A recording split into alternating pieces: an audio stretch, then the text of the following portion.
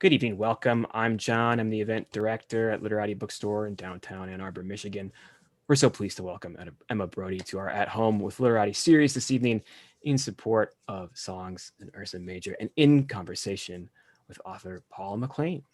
As a quick webinar overview for our attendees, the chat is closed this evening, but you can keep it open as I will be sharing links to purchase books from Literati in the chat throughout the event.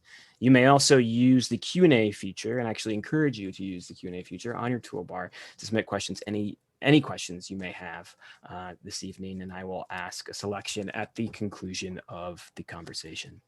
And as I mentioned, live transcription is available to you as well on your toolbar. It's a little CC icon down there should you need closed captioning provided by Zoom. As a reminder, you can also shop for more books at literatibookstore.com to have shipped to your home anywhere in the United States. And if you live in Southeast Michigan or in the Ann Arbor area, our doors are open to the public.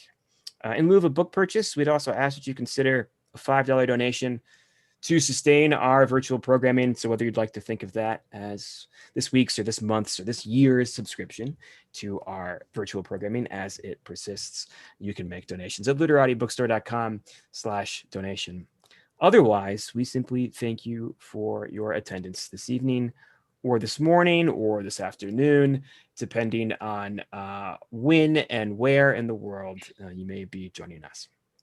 Without further ado, I'll introduce tonight's author and our moderator. Emma Brodie has worked in book publishing for a decade, most recently as an executive editor at Little Brown's Voracious imprint. She graduated from the Johns Hopkins University Writing Seminars program and is a longtime contributor to HuffPost and a faculty member at Catapult. She lives in Brooklyn with her husband and their dog, Freddie Mercury. Paula McLain is the New York Times bestselling author of the novels Love and Ruin, Circling the Sun, The Paris Wife, and A Ticket to Ride, the memoir Like Family, Growing Up in Other People's Houses, and 2 collections of poetry. Her writing has appeared in the New York Times, Good Housekeeping, the Oprah Magazine, Town and Country, The Guardian, The Huffington Post, and elsewhere. She lives in Ohio with her family. Please join me in welcoming Emma Brodie and Paula McLain into your living rooms.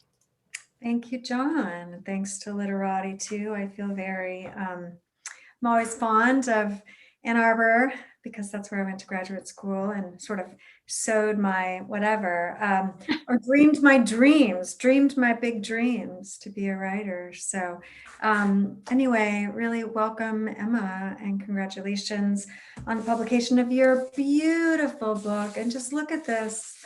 Like, wouldn't you want to sort of just have that as an accessory?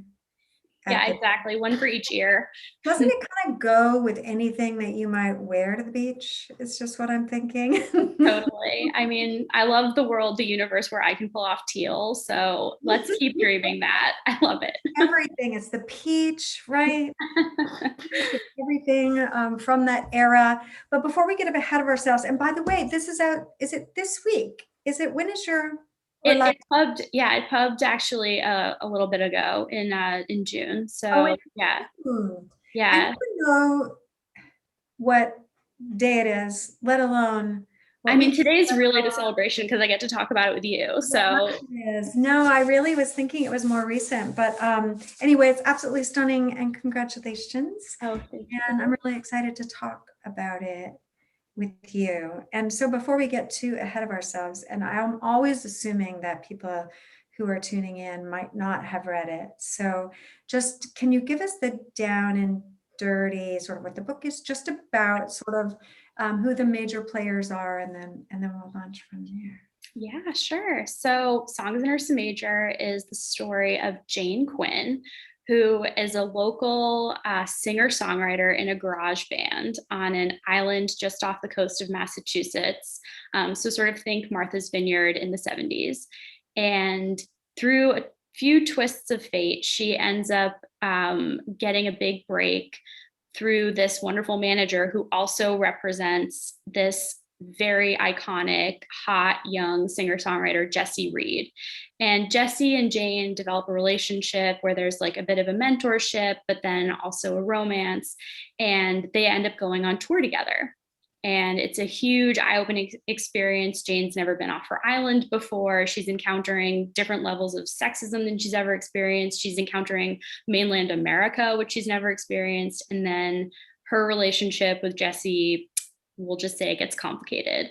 And from there, she's launched into a completely different echelon of creativity where she really has to dig deeper. And the result of this is this seminal confessional album, Songs in Ursa Major. And to know the fate of Ursa Major, you'll have to read the book. Okay, so I think it's pretty well established at this point that, or maybe it's not, but I know, for instance, that the book was really inspired by your, I should let you do that. Emma, what inspired this book? What? I should. Well, since you mention it, what Paula is saying is the book was largely inspired by James Taylor and Joni Mitchell, because I don't know if you knew they dated. I never knew they dated until I started researching for this story. And it had been, rattling around my head. I had like wisps of it. I knew I wanted to do, something centered around this very feminist family that lives on this island, knew that part, knew there was going to be like a folk music component. So I was kind of circling around different stars from that era. I was listening to a lot of Carly Simon, Carole King, and I read Carly's autobiography. And that's when I realized that JT and Joni had dated first, and that You Can Close Your Eyes was written about her. And from there, the whole book just kind of unfurled. Like, I would love to hear like your experiences with this as well, because I know you've written about real people. Yeah. And I'd love to know like why you chose to go like with the real people versus like I ended up fictionalizing so much of this, because there just really isn't a lot left over from that time other than these two albums, Blue, which is Joni's album that she predominantly wrote about JT. I mean, just one of the most beautiful records, and just everything, objects and the lyricism and it changed music, right? Totally. Totally. Like before that album, it was, Petula Clark. It was, all these songs that were sort of like either like poor, like sad girl songs, or like, I'm a fun girl. And Joni really cracked it wide open and told the truth and really like took responsibility for her bad behavior as well as her pain. And it totally changed everything. It's so good. There was nothing like it. There was nothing like the music that she brought to bear, right? And I think that is so beautifully done in your book as you take the fictional version of her, Jane Quinn, who is sheltered in the best way. Because how can you be an original? You have to not be affected by the mainstream. You have to be out of the stream. And so she's this pure object, she's this total diamond in the rough, which is why she gets into such trouble, because she has her head turned in a variety of ways. And there's really so much rich material to talk about here, but it seems to me that some of the magic, or what I think of as like the secret sauce kind of in a book that is dealing with historical themes, right? And so it's the 70s. This is history, let's say. And more than that, it's based in a very specific history, and it's based on people who actually lived, and it's inspired by this material. But it's not just giving a readership. The secret sauce that I'm talking about is giving a readership some of what they already know, and then surprising them, both by what they don't know, but also by the intimacy with which you can render something they already know, so that there's this feeling of coming home to an era, right? Characters that feel familiar to you, and is a sense of feeling very much at home in a story, and also swept away at the same time. So I want to talk a little bit just about that. So tell me the stuff that maybe we don't know. Okay, number one, we maybe don't know that James Taylor and Joni Mitchell actually dated, because there's this other story, right? So James Taylor and Joni, Carly, Carly yeah. Simon, they were like royalty, right? Yeah. Oh, absolutely. Well, first of all, I love that insight. Like, I love that you tap into the sort of not like salty sweet combo, but that juxtaposition of familiarity with like the novel. Cause I just think that is totally like That's the it. ultimate, yeah, it's the ultimate draw, in people as well as in books. Like, it's that sort of thing where you home in on something and you're like, why do I like this? And you're like, oh, because it's familiar, and I feel really happy now because I feel grounded. I love that. And yeah, I feel like there are lots of different levels of secret insight. And, I think part of what you encounter when you do a book like this is not only like the history that's out there and that you can learn from the research, but then also what it brings out in you and what it intersects with in your own timeline. Like, I think part of Mm. why this book What the has these, overlap is. yeah, exactly. Well, it's like James Taylor for me personally is representative of like childhood and comfort, and Joni is representative of adolescence and independence. So part of what came into the story were those factors in my own journey. And then, yeah, I think I played around a lot with the source material for this. Like, the actual story is actually that Joni was more established. She's a few years older than JT. And I don't want to say he rode her coattails to fame because that's an oversimplification, but she was the one who was touring and he was her opener, and she was the one who like presented him. So I actually ended up reversing that to something that's more traditional. Like that just gave you a little more rocket fuel to get to a story you really wanted to tell. Exactly. Well, and it was also there are harder things with Jesse's character, to justify if he's not the more powerful person, which I don't want to be too cryptic, but there are certain things that I don't actually think would be as attractive if Jane had been the more successful one to start out. And I think the flaws in his character are obscured in the beginning, both because she doesn't know him as well and also because of his fame and the sort of like halo around him. Yeah. But yeah, like there are also tons of like tiny little micro things in the books, especially around when Jane records Ursa Major. Like, first of all, everyone should read, if you're a Joni fan, you should read David Yaffe's book, Reckless Daughter, because it's just an incredible portrait. And he's got 2 chapters in there on blue.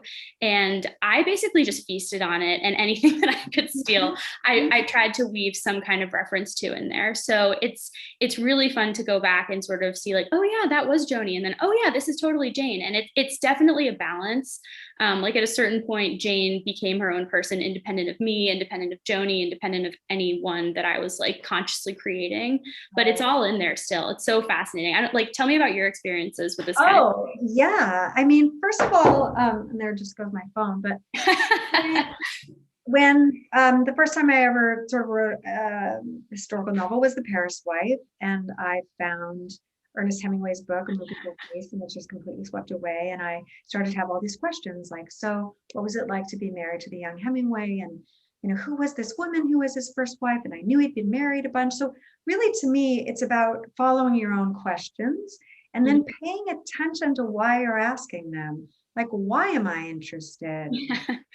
And then also, maybe sometimes it's enough that you are, because that level of fascination will take you to the place where you need to be, not only to spend a lot of time with this material. It takes years to write a book, and then to be, live in the world and to really put it on and to promote it, and all of this stuff has to be a labor of love.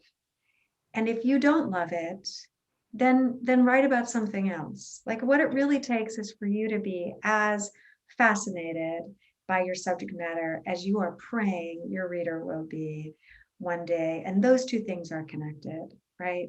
If you're fascinated. I love that. That is this is like a private craft talk. I'm really enjoying it. No, but this is so great. This is like, I love it. Anyway, okay, continue, please. I'm hanging.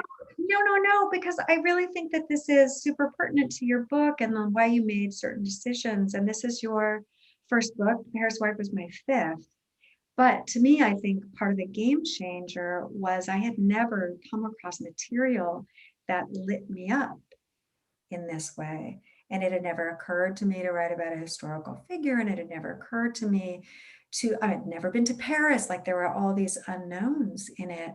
But when you're willing to take that risk and to sort of go out on that ledge of this thing that you found, which is really just like it's lightning in a bottle, right? It's this ephemeral, I've just been struck by this idea, you know, and I don't know exactly how I'm going to tackle it.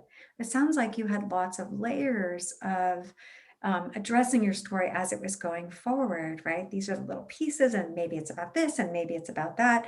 Novels evolve; they don't come out like, fully formed like Athena, or it doesn't happen that way. They're messy, and a lot of the times you're confused and you don't know exactly what it is that you're doing. So when is the moment that you knew, when you found this story that was super intriguing and speaking to you, that you wanted to do it as fiction instead, or as fictional, really fictionalizing these historical characters instead of saying this is a fictionalized biography, or a memoir-ish novel from someone like Joni Mitchell's point of view, for instance?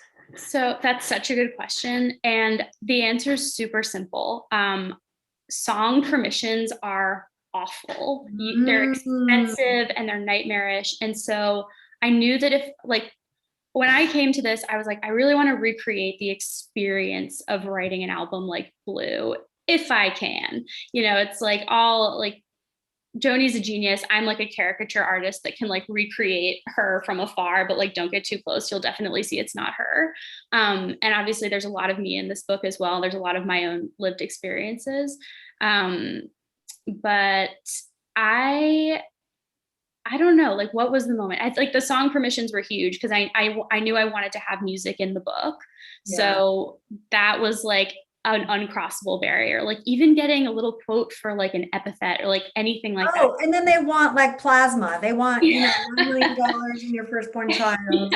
Yeah, exactly. I've already promised away my firstborn to my agent. So it's like, Oh, there you go. I mean, so that was the barrier. But like you said, there wasn't a lot of material, and yeah, it's just that heat of the questions that take you into the richest place. And the way, for instance, when you're tackling someone's actual life, and if you feel like you bear a certain responsibility, which I did when I found Hadley Hemingway's life, to present her story as with as much sensitivity and love and respect as possible, and to be faithful, but also not to have this big agenda, right? Where I'm going to tell like a super political story, where I'm going to like screw Hemingway or whatever, but to let the story unfold.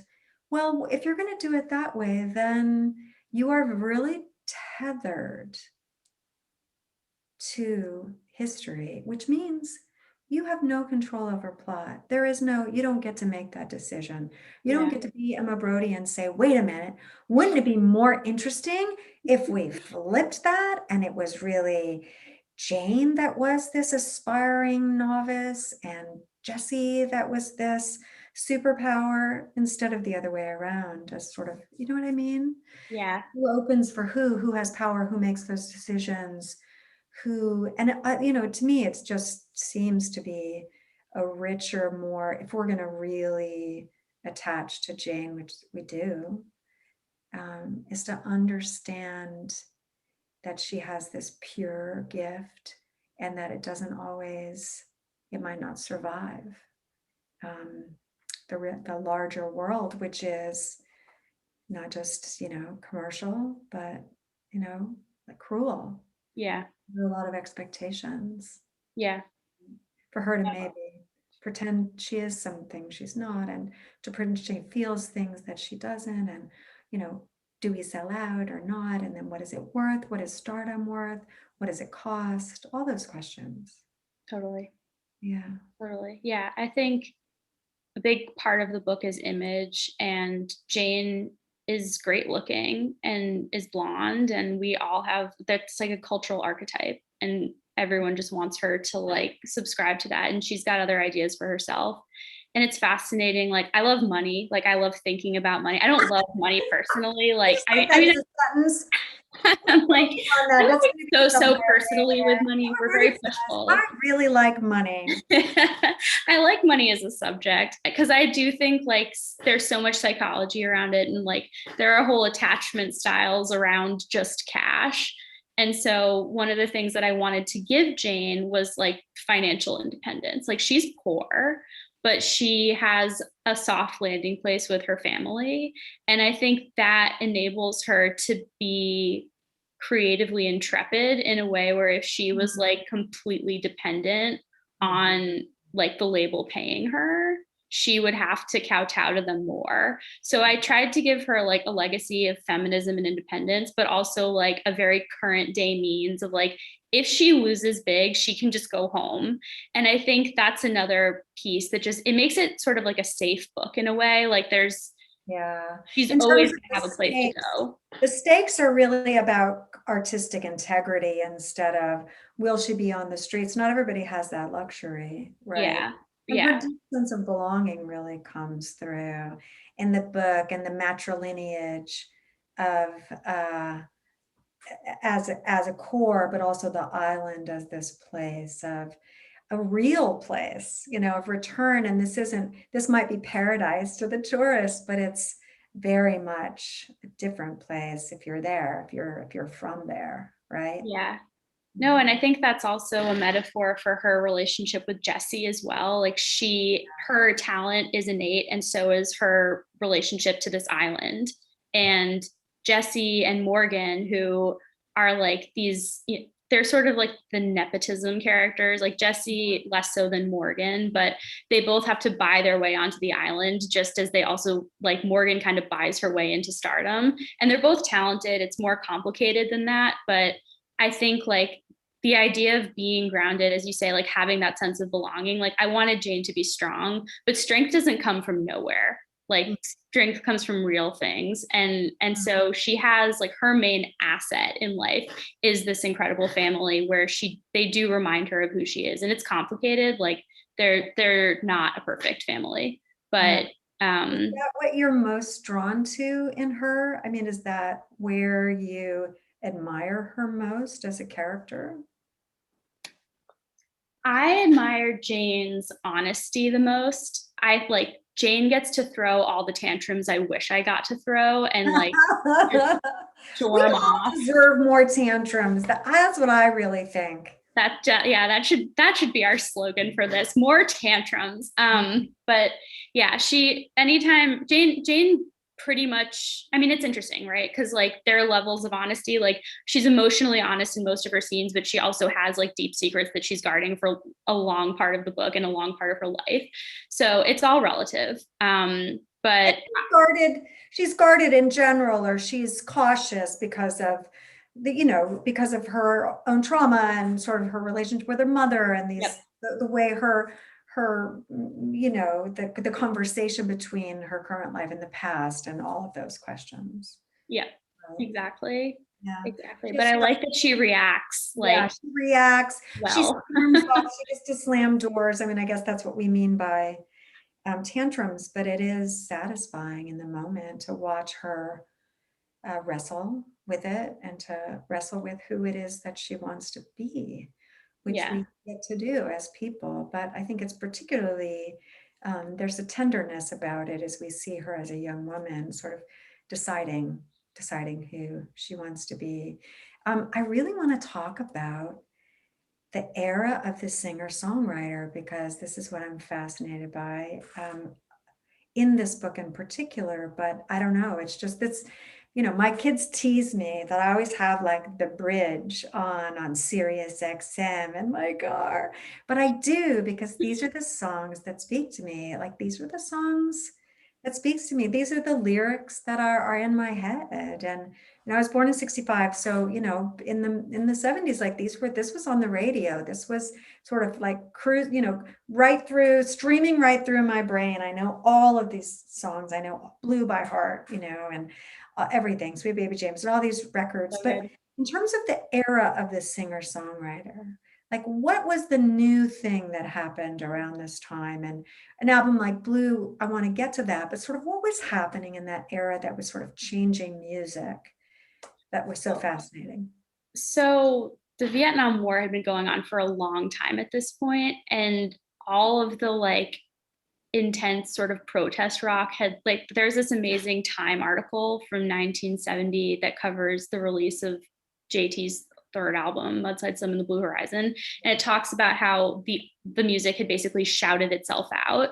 Um, and that was the case. So it cleared the way. Like everyone was so done with these like angry rock songs. Anthems, yeah. Mhm. Exactly. And like there's a lot about how like, you know, the protest songs of Joan Baez, like that was like one era. And then basically like people were so sick of protesting this thing that whether because of apathy or just because of fatigue, sound started to become more mellow. And it's interesting, like you were mentioning, like, okay, like the balance of making things like intriguing but not overly political.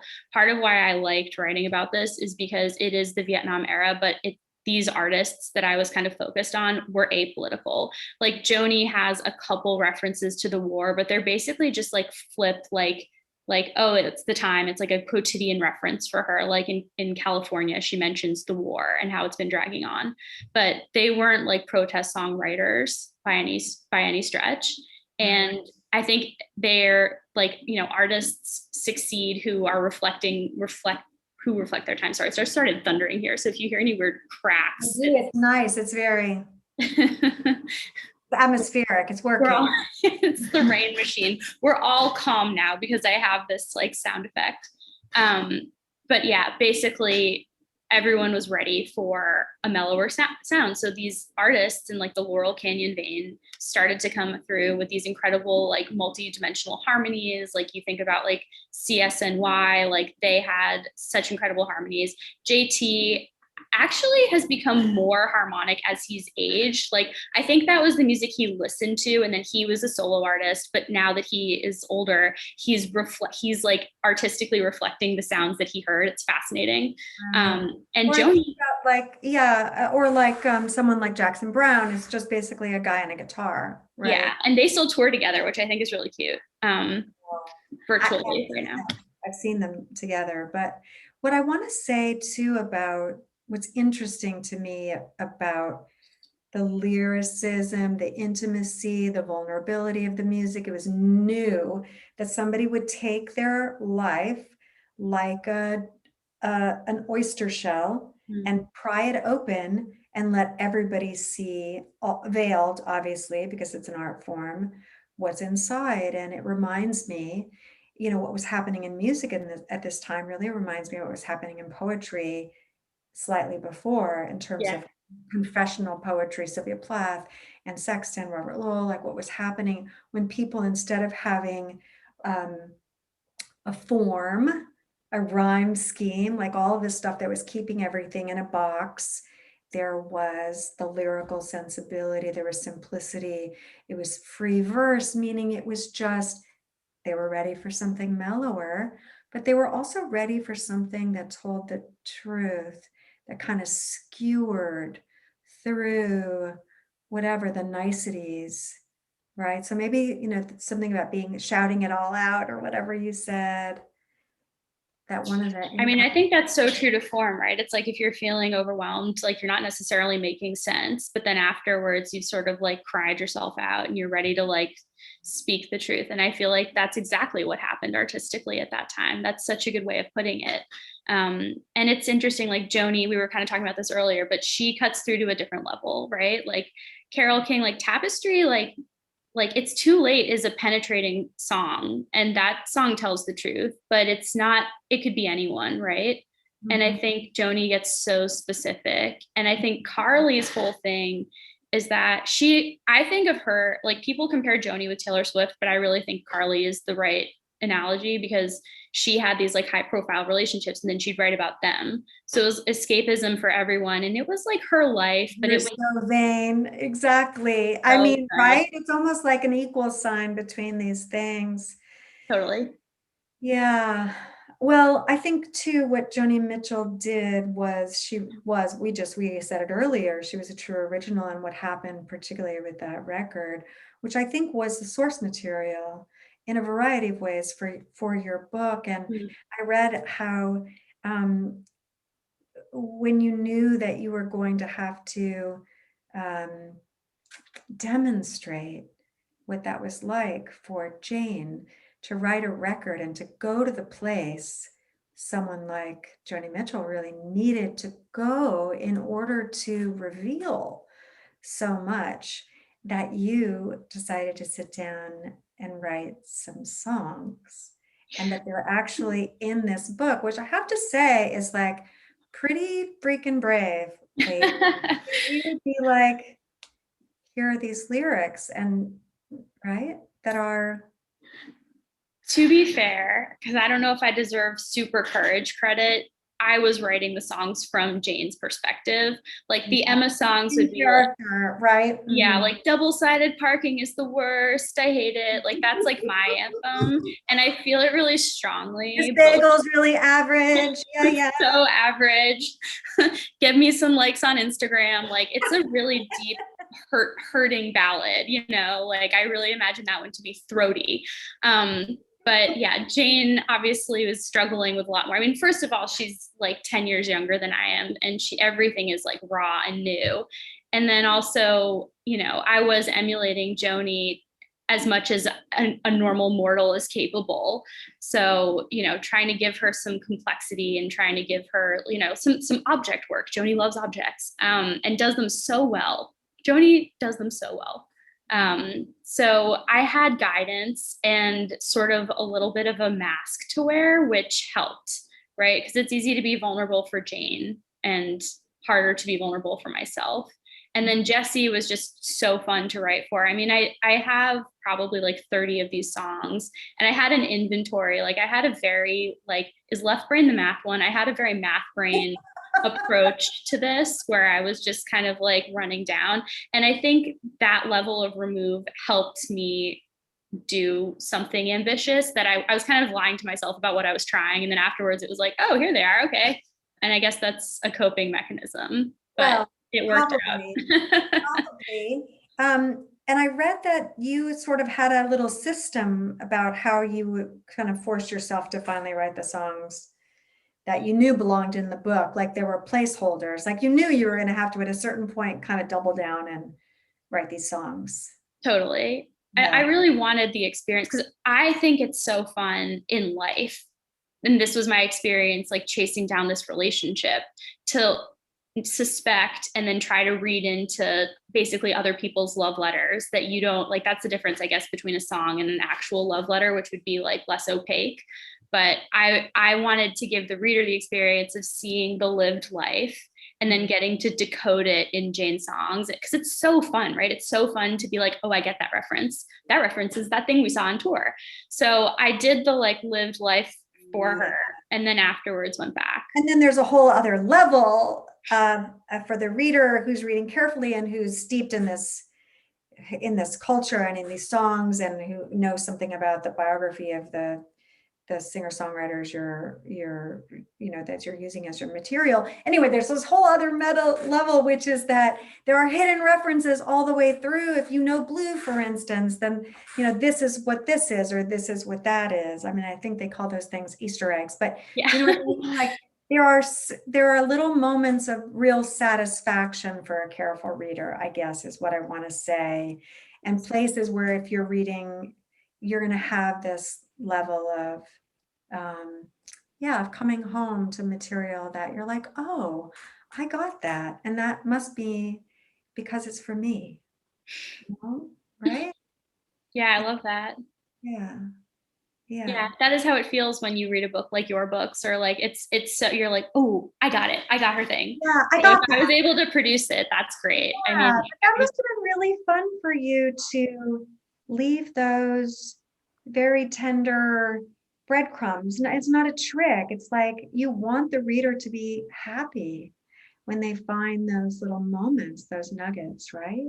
totally. I mean, it's what you were saying earlier, where if you find a project where you're just that enthusiastic and the moment that you're writing the thing is intersecting with the height of your enthusiasm on the subject, you're just looking for reasons to put a line in or to like share your love of it. So that totally happened with this book. Like there are like, it's funny, like I had one in-person event at the start of my launch on the 21st of June, and my brother came, and I made some reference where I was like, I have 2 Joni lines in this book. So he read it, he used an audiobook, he read it really slowly, and I'd get a text like every day for like a week that's like, is this the other Joni reference? And it turns out I had like 8, and I had totally like undersold like how many literal lines I took from the book, and like talk about a careful reader. Not to kind of school you on how there actually were. I bet he feels really good about himself. He totally does. He's like, this brought up the amount I read per year from half a book to a whole book. I hope you appreciate it. I was like, I totally appreciate it. Thank you, Ben. And I do. I genuinely really do. So this is your first novel. You went to school, so we knew you wanted to write a novel, like from the beginning. So you went into publishing, but you probably always wanted to be a writer. Totally. Did you enjoy the process? Were you intimidated by it? Did it take you a really long time? Sort of, how did you make time for you? People always wonder, like, oh, we all want to write a novel, but how did you actually do it with a day job? So tell us about that. That's a great question. So I have always wanted to be a writer, and I have never been shy about that. So I had a job for 5 years at this packaging imprint, Clarkson Potter, where I was kind of a writer in residence for them. And I wrote like I think it was like 24 games, gift books, journals. So I had this experience. I think I needed, like, we were talking about courage before, like creative courage. I think that gave me a lot of musculature, because the experience of like watching something go out, seeing it have like a terrible review on Amazon that just sits there like a lead balloon for like days. Like I have like lived that so many times. Seeing things go up and like not sell. Like I've had all of these experiences. And I've also had experiences like riding the coattails of successes that are way beyond the scope of anything I've personally achieved with my actual name on it. But I think that's like a total blessing that came out of working in publishing. And then also just like the way that I've acquired over the years, like I do illustrated nonfiction, but I have like some self-help and some narrative. So learning to edit those books certainly gave me an advantage in terms of being able to like work on myself. And yeah, when I actually sat down to do it, it was a mix of things. And I think what I can really say in all honesty is like, I was ready. I was ready to try. And I was ready to, like, it's ironic. Like I had just really established myself at my second big job. I was a senior editor at William Morrow at the time. And I had just like acquired and launched this #1 New York Times bestselling franchise, Strange Planet. And so I felt confident that like they knew I was there to stay. If I went for it, like it'd be fine. And then of course, like the minute I got an agent, I actually switched to a different company for a different job. So it's funny. You can't plan anything in life, but I basically think like part of what I was learning was the craft with editorial. Part of what I was learning was like the courage to actually put your name out there, because it takes a lot of guts. And I have always had so much respect for my authors, and it's literally taken me 10 years to have the courage to do it myself. So I think people like you are amazing.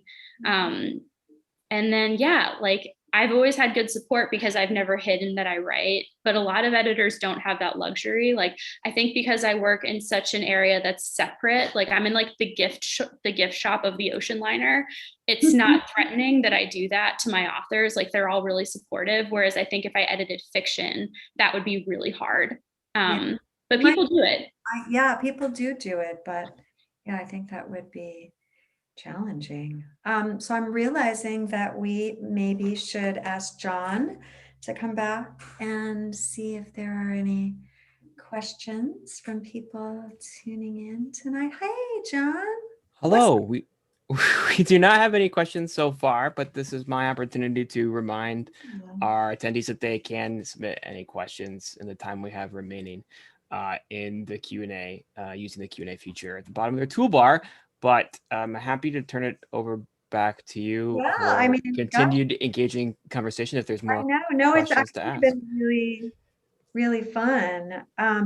You have a dog named Freddie Mercury. So like clearly music is something maybe that's knitted through your life in maybe more ways than just this book. So talk about that. Sure. Yeah, I mean, Freddie, we bought, and we Are the Champions was playing in the pet store when we bought him. So it seemed we were trying out different names, and that one kind of stuck. And also, I mean, if Freddie Mercury is in my bio, and so is songs in my title, and if that helps the metadata of my book, like, that's like the most. I noticed it. It's a good conversation starter. Yeah, I mean, music's been my whole life. Like my mom is an opera singer, and so I've had like a certain amount of fluency gifted through that relationship, like since utero. I've never really aspired to it. I think probably because, well, A, I always knew I wanted to write, and then also B, like I don't have my mom's voice, and that's just obvious. Like if you're her child, you're like, okay, like, well, that's that. So she's in that lane. So clearly I'm gonna. Yeah, exactly. Exactly. My dad's a fine artist. So I was like, okay, you're over here and I'm here. This is great. And yeah, so it was just always like kind of around. Like I feel like a little bit like a person who grew up with parents that speak a different language and you can understand it, but you don't really speak it. That's kind of me with music. Like I can tune in, I can like hum along. I have a pretty good ear, but not necessarily the aptitude of, say, my brother, who can pick up any instrument and just like fly with it. So definitely some of Jane's abilities are based on my observations of him. But yeah, I have enough experience with it to like articulate what it is to listen and I think to play. But I definitely describe it better than I execute it. Yeah, I think the way you talk about how the instruments, the piano, for instance, versus the guitar, have different personalities. They draw different things out of her. She expresses herself differently through them. They have different emotional tenors. And is that from the research that you did, or is that something you understand about sort of living around musicians? I mean, or is there how did that come to you in such a convincing way? Well, thank you for saying that. I think that was mostly intuitive. Like I knew that Jane's subconscious would be like represented by the piano. So I wanted that to play in, like when she meets Jesse, she also meets his piano. And that sort of like stirring she experiences is something that's linked to like her metamorphosis later in the book. And it is mirrored by the fact that she like also really dives into the piano at that point.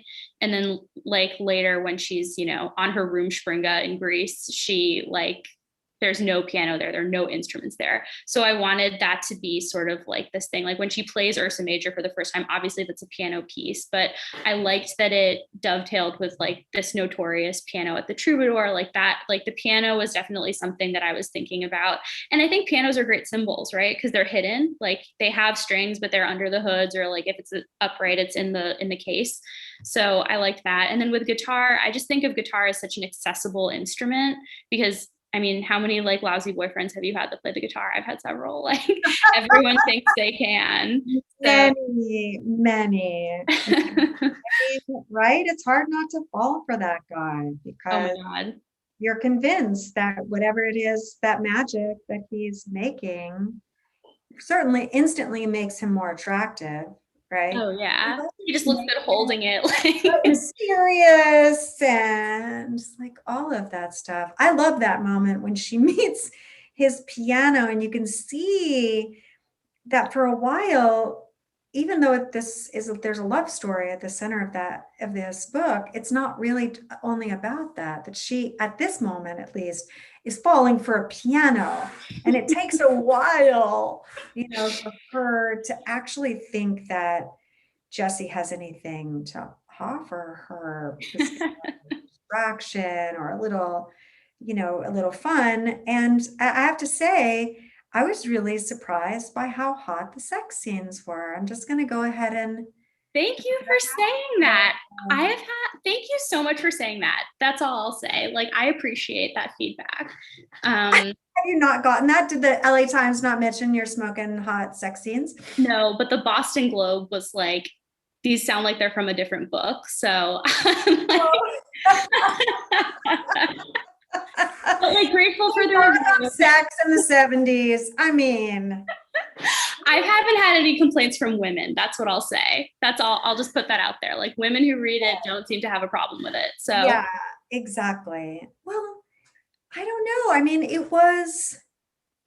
it seems to me very, and this is something we were talking about before I think we even went on air. So let's just throw this out there about the difference between being a woman and having your sexuality be something that's overt and that you're making no bones about the fact that you might want to, have a sexual relationship with a guy without being intimately involved, and that intimacy costs. And so the sort of how that jives with the expressing of one's kind of intimate feelings and conflicts and vulnerabilities in music. And is that something that is difficult, or even maybe more difficult for women than it is for men, or more difficult then than it is now? Or maybe do you just have thoughts about that? Oh my God, totally. I mean, I think like Taylor Swift has this song, like, I think it's called like I'm the Man, or If I Was the Man. And it's all about, love that song. I pulled over on the side of the road the first time I heard it, and I played it again. it's so good because the chorus is, if I was a man, then I'd be the man. And I'd be the And man. it's Yeah. said so well. And that's the whole story, right? Like Jane has a lot of like characteristically male behaviors. Like when she's like in the heat of creation, she steals other people's ideas and doesn't give them credit. Like she has a variety of partners who they're not all true love, and she's not deluding herself about that, and she's not self-conscious about Very it. refreshing, by the way. Oh, I think it is. I found her an escape as well. Like Jane, I mean, Jane's a little bit of a fantasy in the sense, like and I think we can gift her this because she is so young. Like she has no body self-consciousness. Like she's not, like, her feelings of inadequacy are like, again, it's all things that are like historically gifted to men, but she's like focused on the money and the creativity, which like is just, it's breathing room, right? Like psychic breathing room to have a character where you're not like constantly like worrying through the character about like what the body perceptions are. And like it was refreshing to write it because it's not something that like I don't think any of us really are free from it. Like even if we feel great about ourselves, like I don't know what your quarantine experience has been, but I've found like the lack of having to worry about presenting myself to be really refreshing. And I think Jane's, it's taken care of for Jane, and she just doesn't have to worry about it. But that doesn't mean other people aren't. And certainly the record company is not shy of trying to commodify her. And it's up to her ultimately to sort of say like, yeah, I look like this, but this is like who I am.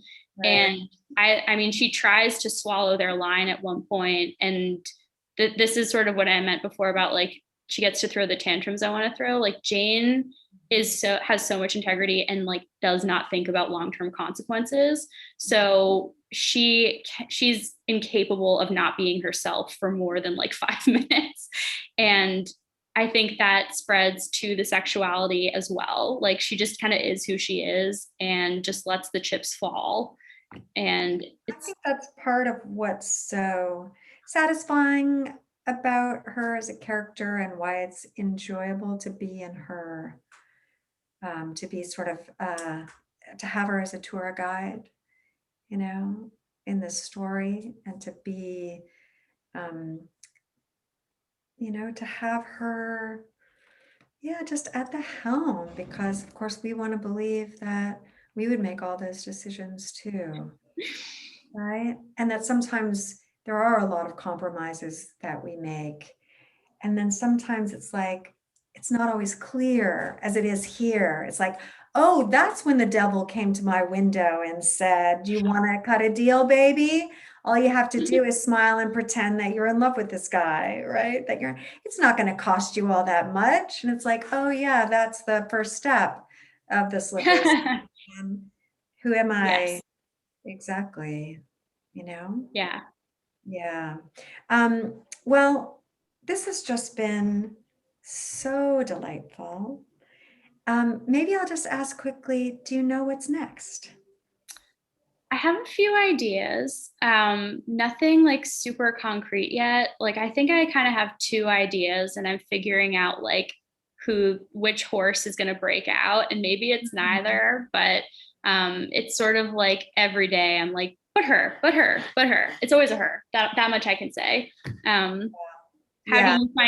how do you find each, because you've had such an amazing career, and you've tried so many things. Like I just have to say, like When the Stars Go Dark kept me up all night. Like and I admire that you can like not genre hop, because it's all you, like you're kind of your own genre, but like I'd love to hear that from you. Like where does that come from? Yeah, I would say that it's kind of like the experience that you're talking about. Like if I have multiple ideas or whatever happens over time as I think about what I might do next, I always know it's going to be a her. And I always know that it's going to be, there's this great line in a Elizabeth Strout novel I love called My Name is Lucy Barton, where Lucy, who is an aspiring writer, takes her first creative writing class, and the teacher tells the whole class at large, don't ever worry about story. We only get one. Everybody only gets one. And you might tell that as Jane Quinn or Hadley Richardson or Beryl Markham or as a detective solving a whatever. In a way, it doesn't matter because you just have that one story, and how you're going to play it out in your future books will be revealed over time, but you are who you are and your message is what it is. But I will line up to read your next book, Emma. I think you're terrific, and I think the book is terrific, and congratulations. Thank you. Thank you so much for speaking with me. It's such an honor. So Absolutely. And thank you, John, for hosting us. And thanks to Literati. And yeah, just we really appreciate the support. It's very important for authors to have our indies out there on the front lines, hand selling our books and spreading the word. And it's really a delight to just to be able to give you some thanks and a little bit of love tonight. Well, we're proud to be there for authors always. And so it's great to be able to do these events as well to celebrate these books. And Emma, yes, congrats on this excellent novel. And we look forward to more so we can host you in the actual bookstore as well. Yeah, I'm available. road trip, we'll go. My We'll do husband it is again. actually born in Ann Arbor, It's so very exciting to me as an idea. So, There all you right. go. Well, thanks again. Thanks, Emma. Thank you. Congratulations. Thanks a lot, John. And we'll see you. Thanks again, guys. Take Okay. care to all of our viewers. Thank you for joining us as well. We'll see you at the next event. Have a great night, everybody. Yeah. Good night. Thank you. Bye. thank you.